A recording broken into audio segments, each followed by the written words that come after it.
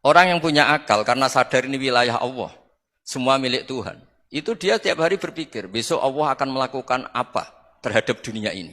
Kalau dalam kitab Hikam itu disebut al-akil mayakul madza yaf'alu wa hubi wal ghafil mayakul madza af'al. Kamu merencanakan sesuatu mau plesir ternyata gempa.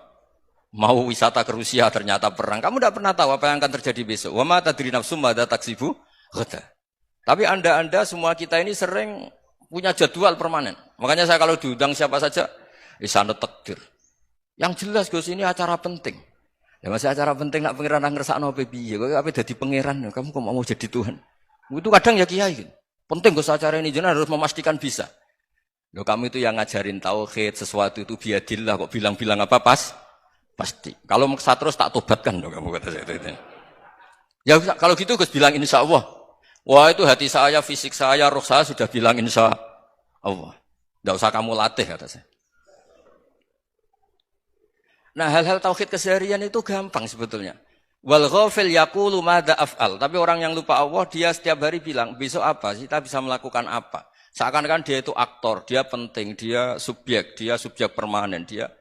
Padahal kita ini hanya objek kehendak Allah Subhanahu wa taala. Karena kita yakin sesuatu yang terjadi di alam raya ini kita tidak bisa apa-apa.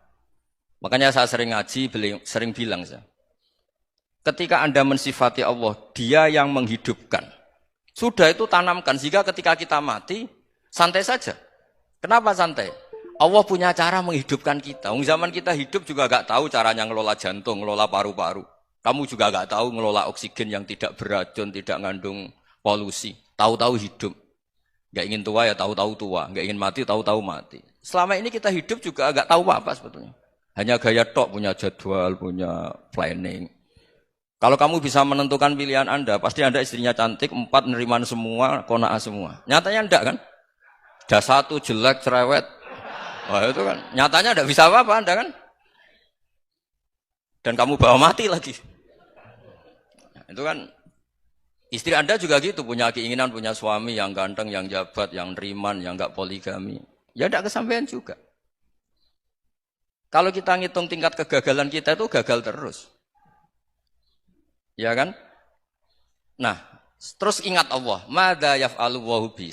Orang yang punya akal selalu berpikir Allah itu menghendaki apa terhadap saya. Lalu sama-sama orang itu.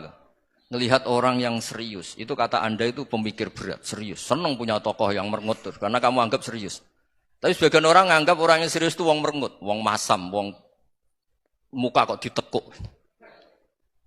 Jadi sama itu hati, ya muqallibal qulub tsabbit qalbi ala dini. Karena kita enggak tahu cara berpikir kita tentang orang lain, tentang sekeliling kita. Misalnya kita orang baik yang jenis ngrumat fakir miskin. Ada orang bangun masjid mewah itu janggal.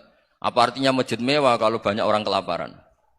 Tapi kalau yang jenis pendidikan apa artinya masjid mewah kalau tidak bisa ngaji? Nanti yang jenis infrastruktur apa artinya ini kalau semuanya punya sudut pandang yang berbeda-beda.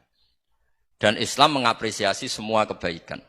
Tapi katakan semua kebaikan itu adalah kehendak Allah Subhanahu wa taala. Karena apapun baik Anda itu pakai fasilitas yang diberikan oleh Allah Subhanahu wa taala. Sehingga ini yang disebut qulillah tsumma darhum fi khawdihim yal'abun.